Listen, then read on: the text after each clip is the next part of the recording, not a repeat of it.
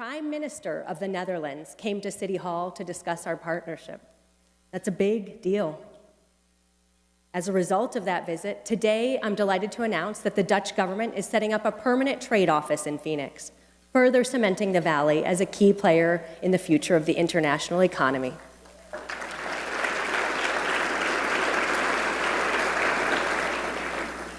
These investments have helped spur the business ecosystem we've longed for, and new players are coming into the region.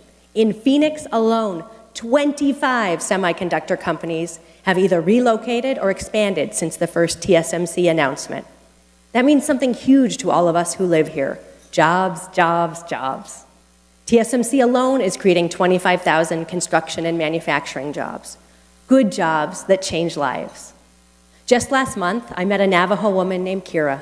She signed up as a member of the Ironworkers Union, got the right training, and told me she made $8,000 in her first 3 weeks building a semiconductor fab.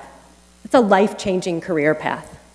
I met several Navajo Union members with the same story.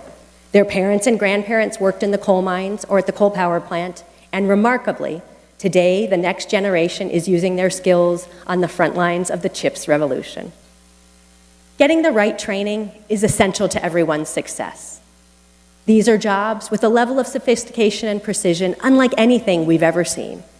That's why, at the City of Phoenix, we created the first of its kind registered apprenticeship program that will support a diverse range of workers who want to succeed in advanced manufacturing. Many pitched in to get this program off the ground, including the Arizona Community Foundation with a multi-million-dollar philanthropic fund. The program is already attracting young people such as Ray, Callan, and Ryan.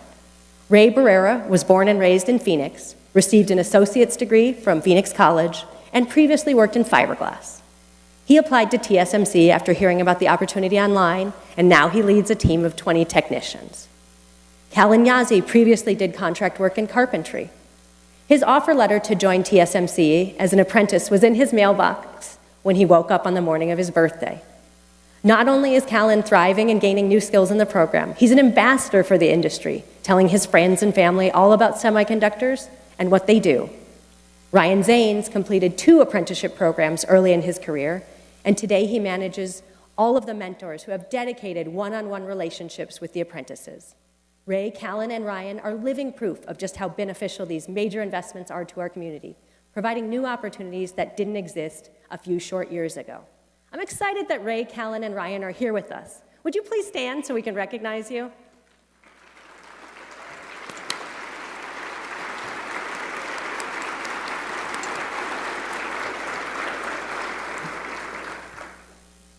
Just as we are working at breakneck pace to lay the foundation for an expansive semiconductor workforce, we're working with urgency to ensure that those living in Phoenix have access to top-notch medical care. When my mom was diagnosed with cancer many years ago, our family was told she'd have to travel to Houston to receive the best care. That bothered me to my core, and I vowed to change it. I want all Phoenix families to get the care they need right here at home. And let me be clear, that includes reproductive health care.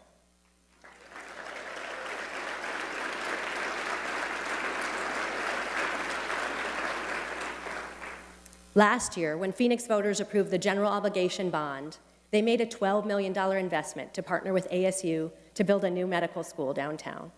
It took a lot of work to get that bond passed, and it's not an exaggeration to say it will benefit Phoenix for generations. Thank you to the impressive co-chair of that campaign, Councilwoman Keisha Hodge-Washington.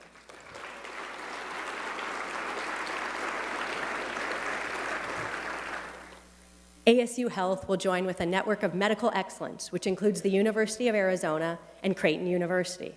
We are so fortunate to have Creighton's president, Father Daniel Hendrickson, with us here today.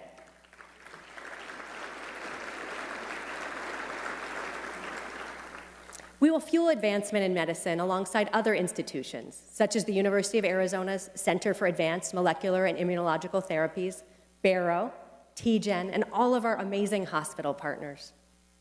In Phoenix, the City Council and I paved the way for the next chapter of bioscience. In North Phoenix, advancing the Mayo's expansion on the Discovery Oasis campus. This biotech corridor will continue to grow the presence of first-in-class research and healthcare. So much of our progress at that site is because of the steadfast commitment of Councilman Jim Waring.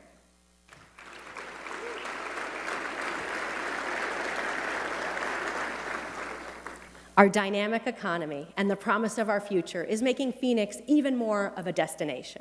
It's one of the reasons Sky Harbor is busier than ever. Since I took office, international passenger numbers have jumped 20%.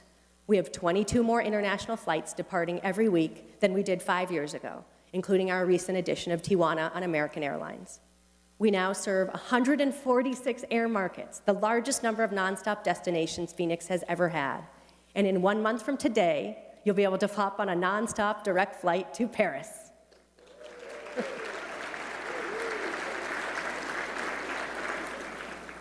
As of today, the Phoenix Airport System's economic impact is $44 billion, an increase of nearly 15% compared to 2016.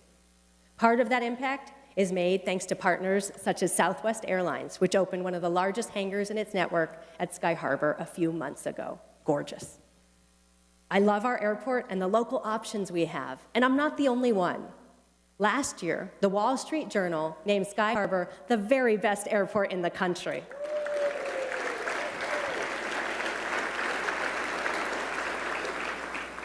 I want to thank our entire airport team, from Aviation Director Chad Makowski to our navigators and our business partners, for making that designation possible. That high mark is one I'm committed to keep, and we're going to continue to invest in Sky Harbor to make it even better.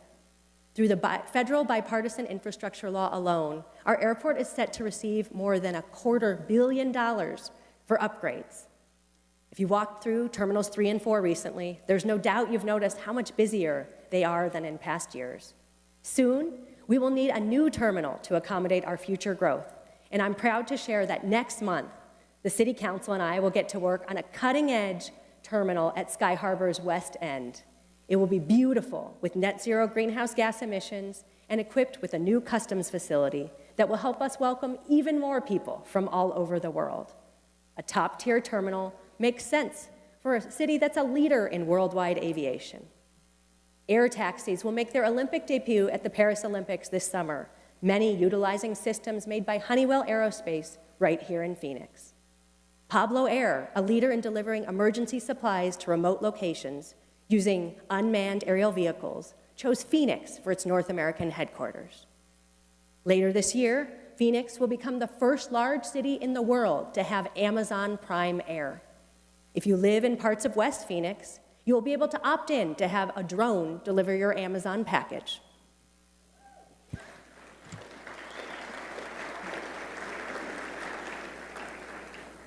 We're leading the way on our roads and rail as well. Thanks to Waymo, we're the largest autonomous vehicle zone in the world.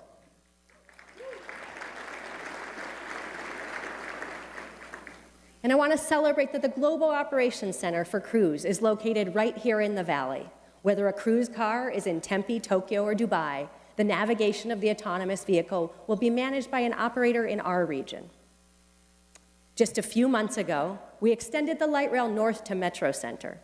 It seamlessly passes over the I-17 with the system's first elevated bridge, an incredible engineering achievement.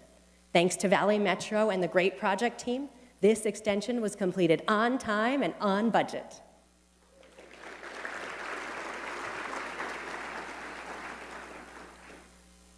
Next summer, we'll celebrate the opening of the South Central Extension that will connect communities along Central Avenue from downtown to Baseline with reliable, convenient transit access.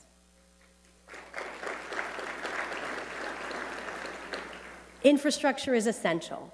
In so many ways, it's the foundation of our local economy. Leaders before us knew that, and voters did too. By passing Proposition 300 and then Proposition 400, Maricopa County voters leveraged a half-cent sales tax into the infrastructure we see today throughout the region, Loops 101, 202, and the 303. Proposition 400 has brought improvements to hundreds of miles of roads, helped us expand valley-wide bus service, and made the light rail system possible. The funding source that supports us moving people and moving goods expires at the end of next year. Reaching a deal with the state legislature on how to renew it wasn't easy, but the agreement to extend the revenue stream does a lot of good.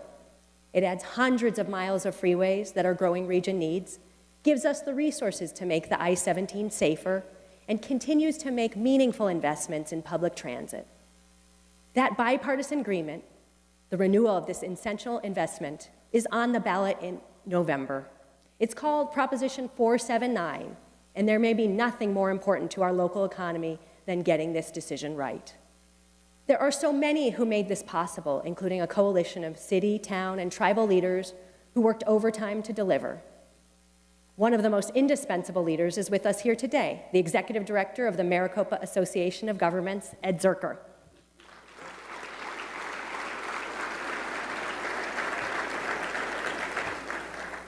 And we're joined by 5 elected officials who helped develop the regional plan: Mesa Mayor John Giles, Buckeye Mayor Eric Orsborn, Chandler Mayor Kevin Hartke, El Mirage Mayor Alexis Hermosillo, and County Chairman Jack Sellers. We also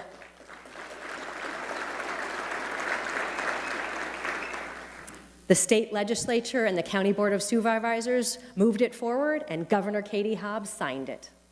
We have an important road ahead of us, so let's get this done.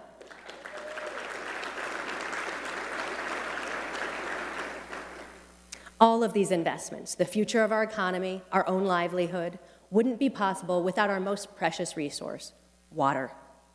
We know the tough news. The West is facing an unprecedented drought, and we're keeping a close eye on the Colorado River as we navigate ongoing negotiations about potential cuts that affect all of us in Arizona. Last year, I'm sure you saw the flurry of headlines. Major news outlets declared that Phoenix was running out of water following the state's announcement about groundwater deficits in pockets of Maricopa County. One local opinion columnist even said, "If you move to Arizona, you will die of thirst." Like Michael Jordan said, I took that personally. Let me be clear, Phoenix is not running out of water. We're conserving better than ever, and we're working to create a new supply. Last year, I told you about my plan to build a multi-billion-dollar, state-of-the-art advanced water treatment facility that will recycle 60 million gallons a day. Since then, we've added plans to upgrade the Cave Creek water treatment plant, equipping it with the same purifying technology. Advanced water purification is essential for sustaining our economy and our quality of life. For decades now, Phoenix has approached water policy with the long-term view in sharp focus, and I'm proud that this City Council continues that tradition. We unanimously passed our Sustainable Desert Development Policy last year. Just a few weeks ago, we passed an ordinance for conservation requirements on new industrial projects, estimated to use more than 250,000 gallons per day. This collaborative approach will allow the experts in our Water Services Department to work with local businesses to find conservation solutions. There are inspiring examples of responsible water stewardship across the business community, and together we will continue to deliver new strategies to secure our water supply. Phoenicians care about our environment and want to be part of the solution. We're working to make it easier than ever to do so. We've rolled out all new rebate programs, incentivizing businesses and HOAs to remove decorative grass that guzzles water. Residents can also access funds for better irrigation technology and more efficient appliances. Sustainability in the desert also requires intentional strategies to make our city more resilient in the long run. As we approach important milestones on the pathway to clean energy economy by 2050, we're lucky to have historic federal support through President Biden's Inflation Reduction Act. Just yesterday, we learned that Arizona will receive a $156 million Solar for All grant to install panels on homes across the state. In September, Phoenix also received a significant award to accelerate our city's tree planting efforts. It's safe to say there's something in this law for all of us, and the impacts will be transformational. This month alone, we planted more than 300 trees at schools that needed them the most through our Canopy for Kids grant. By year end, that number will increase to over 1,000. Iceland, who led the pledge for us today, is one of thousands of students who are benefiting from this investment. I think she might be mayor one day.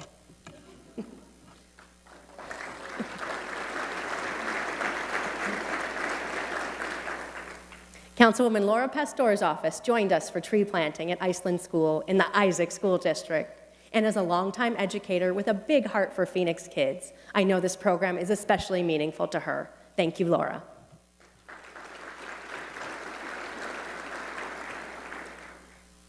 We're working to build a more equitable Phoenix. And my vision for a more equitable Phoenix is one in which all residents are safe, secure, and supported.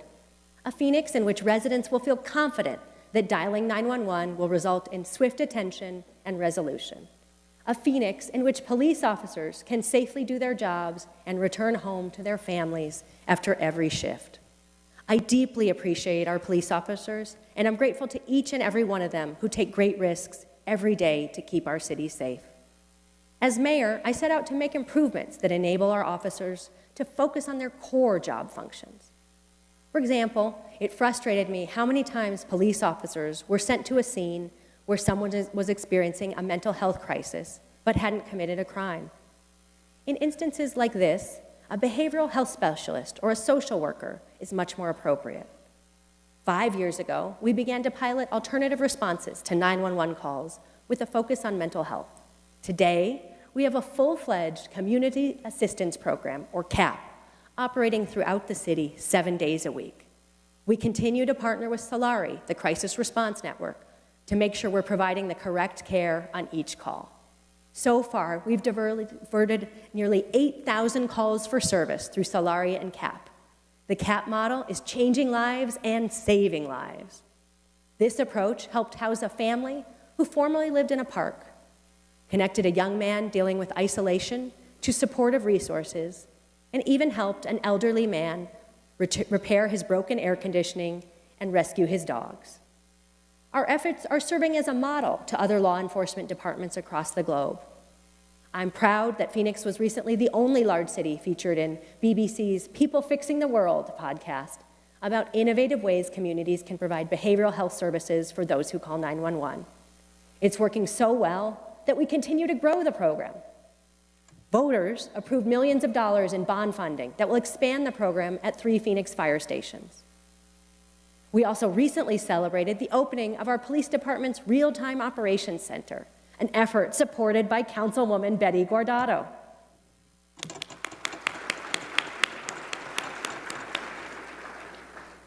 From license plate readers to specialized cameras to gunshot detection technology, this facility is already making the 27th Avenue corridor safer and improving the quality of life for residents.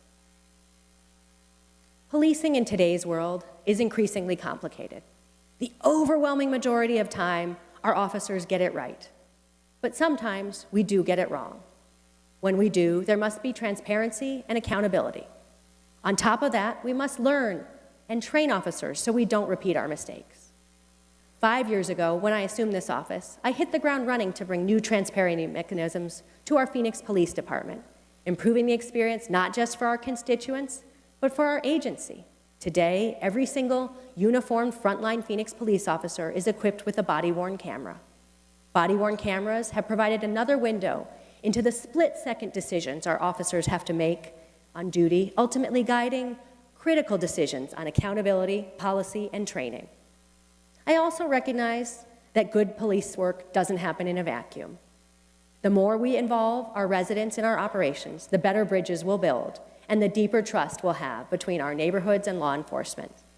That's why the City Council and I created a unique office that provides civilian review of law enforcement.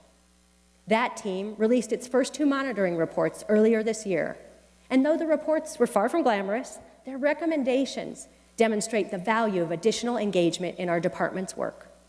Soon, the Council and I will vote to add an extra layer of oversight with a Civilian Review Board, a group of appointed residents who will provide important community perspectives. Together, I know that these new accountability tools will help us reinforce our department's track record of excellent service to Phoenix. I am especially thankful to have a passionate change agent alongside me to lead with a people-first approach to public safety. Can we get a round of applause for Councilman Kevin Robinson?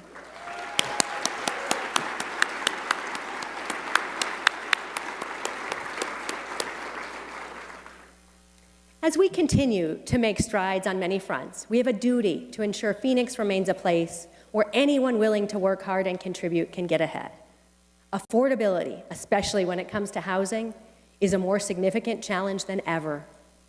Wall Street investors have scooped up thousands of single-family homes in our region. Others have gone into the short-term rental market. And as the supply dries up, prices jump up. I want to make sure Phoenix is doing its part. Through the Housing Phoenix Plan, we are nearly 80% to our goal of creating or preserving 50,000 homes by 2030. The City Council and I made it easier for homeowners to build accessory dwelling units or backyard guest houses to increase the housing supply and give Phoenix families the opportunity to live multi-generationally. We are making it easier for developers to grow supply. We're updating the city code, adding staff, and improving technology to cut red tape and reduce approval times. For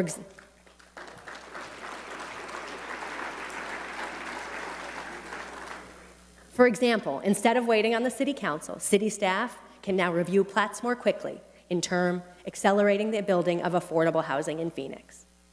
To folks who might be listening and thinking zoning policies are the bane of the affordable housing shortage, I'm here to tell you that in my city, they are not. The Phoenix City Council zones more multifamily housing units than any other city in Arizona. We approve hundreds of future homes, ranging from market rate to affordable housing at nearly every council meeting. As market forces trend toward more dense building, we are seeing a nearly 30% increase in multifamily permits. Now more than ever, we need partners across all levels of government, industry, and community organizations to come to the table on solutions to the affordable housing challenge. We must do the right thing by our neighbors and friends who are struggling to find housing options they can afford. A lack of affordable housing options also contributes to the challenge of solving our homelessness crisis. This is a tragic reality for communities like ours across the country, one complicated by substance use and a real gap in mental health availability. As the crisis has grown, so too have our efforts to combat it. The Phoenix's City Office of Homeless Solutions, which didn't exist when I became mayor, now has 36 full-time team members. Many of our dedicated outreach staff have experienced homelessness themselves, giving them a unique insight and a leg up on helping others to transition out of homelessness. Phoenix is also leading the way on shelter. In the last 3 years alone, we've come to represent nearly 83% of all beds in Maricopa County. That is a staggering number, and more communities in the Valley must step up to meet this moment. Getting a person into temporary shelter makes the path to permanent housing much easier, and the one approach for everyone strategy doesn't work. It's one of the reasons why we continue to develop wide-ranging solutions that make sense for individual circumstances, whether it's a shelter bed, a shelter that accepts pets, or private quarters in a converted shipping container. The shipping container solution, pioneered by local company Steel and Spark, is a marvel and even won the top prize for urban design at South by Southwest last month.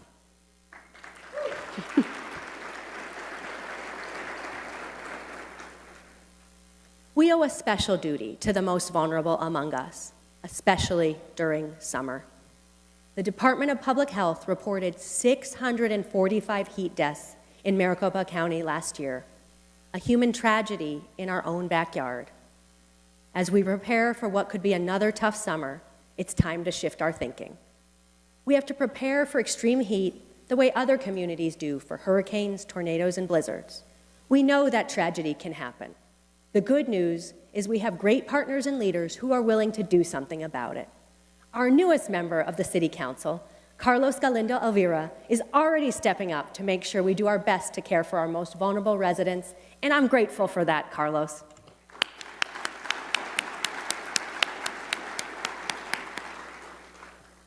It will take an all-hands-on-deck approach. Last fall, I called on the city staff across departments, heat, homeless solutions, emergency management, and public health, to apply lessons from last year and work together to craft a comprehensive plan for 2024. That means planning for a new reality of persistent, harsh summer temperatures. This year, we will open overnight cooling centers, extend respite hours in public facilities, and coordinate both volunteer and emergency personnel outreach efforts. No person should die in the summer because an air conditioning went out or because they are unsheltered. Phoenix is also a city that believes everyone deserves a fair chance to make positive changes in their lives. Our new Phoenix Community Court breaks the cycle of involvement in the criminal justice system. Rather than face charges for minor offenses, community court participants can receive the resources they need to take matters into their own hands, get back on the right track, and ultimately end their homelessness. I'm grateful that our Public Safety Committee Chairwoman led on delivering this creative and compassionate program. Thank you, Councilwoman Ann O'Brien.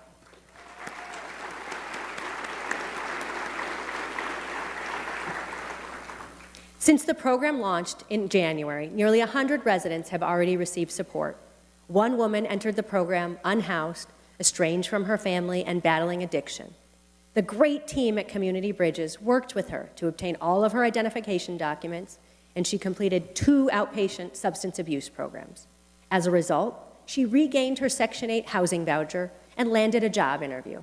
I'm happy to say that because of her positive changes, she is now reunited with her family and on a path to independence.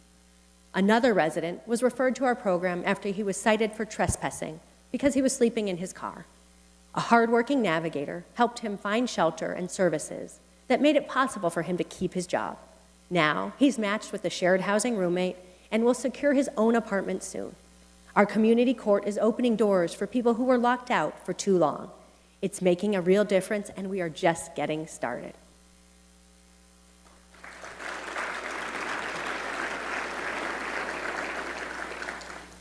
I've told you all before that I believe Phoenix is a uniquely welcoming city, one that celebrates diversity and meets people where they are. Year after year, Phoenix has achieved a 100% score on the Human Rights Campaign's Equality Index for our LGBTQ+ inclusivity. I'm proud that Phoenix has a strong reputation for accessibility too, thanks to the efforts of many who have championed improvements to the way we build and the way we operate. But I think there's more we can do to make Phoenix a city that truly works for everyone, from parents pushing strollers to Phoenicians who depend on mobility aids. Over the last few years, the city has been performing a comprehensive analysis of our public buildings to ensure they meet the latest ADA standards. This is an important effort, but I think our unique brand of innovation can take us to the next level. I'm proud to announce the development of an ambitious plan to make Phoenix the most accessible city in the world. We are assembling a team of talented advocates who will help us identify priorities and chart the path forward. There is no better person to spearhead this plan than Phoenix Vice Mayor Deborah Stark.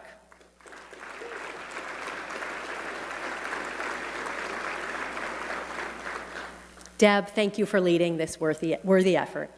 I hope that by now you agree that when I say Phoenix has arrived, that we are the it kid.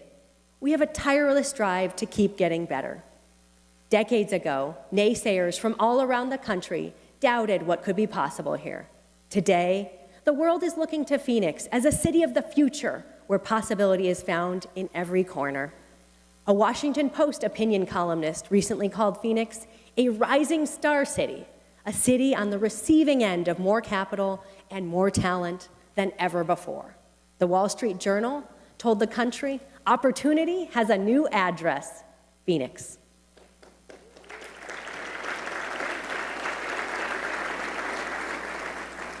We are reaping the benefits from years of intentional planning, attention to the right issues, and a steadfast belief in our limitless potential. Phoenix is more prosperous, healthy, and happy than we were decades ago. The state of our city is strong. If we continue to leverage our strengths and harness our ingenuity, I know we can rise to the challenges we face. We must and we will continue to rise for the sake of pursuing an even better future for us all. Thank you for allowing me to lead this incredible city, my beloved home. The future is bright in Phoenix, and Phoenix is the future. Thank you.